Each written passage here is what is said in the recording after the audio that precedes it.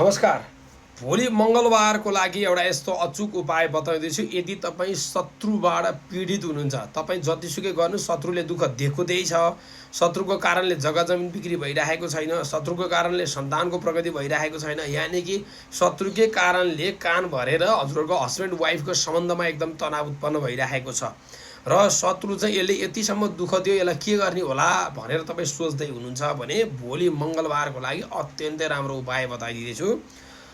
बिहान उठ्नुहोस्, नुहाइधुवाइ गर्नुहोस् र हजुरले माटोको दियो लिनु होला।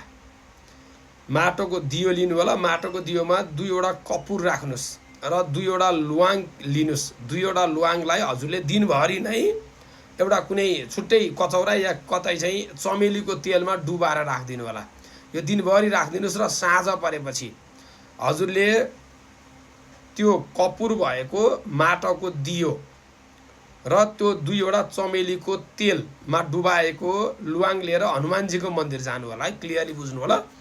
र हनुमानजीको मन्दिरमा गएर पहिला हजुरले हनुमानजीको अगाडि त्यो कपुरलाई जलाइदिनुहोस् र कपुर जलिसकेपछि त्यो 2वटा ल्वाङलाई हजुरले टाउकोमा 7 चोटि एन्टी क्लकवाइज घुमाउनुहोस् र जुन शत्रुले हजुरलाई दुःख दिइरहेको छ त्यो सम्झेर त्यही बलिरहेको कपुरमा हजुरले बालिदिनु होला।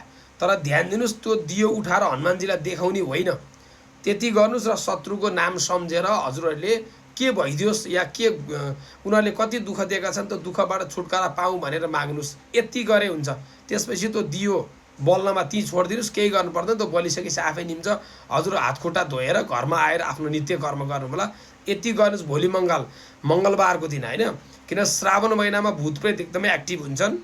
कपुर र ल्वाङमा चमेलीको तेलबाट यो विधि गर्नुभयो भने तपाईँले सोचेको कुरा ठक्रकै पुग्छ।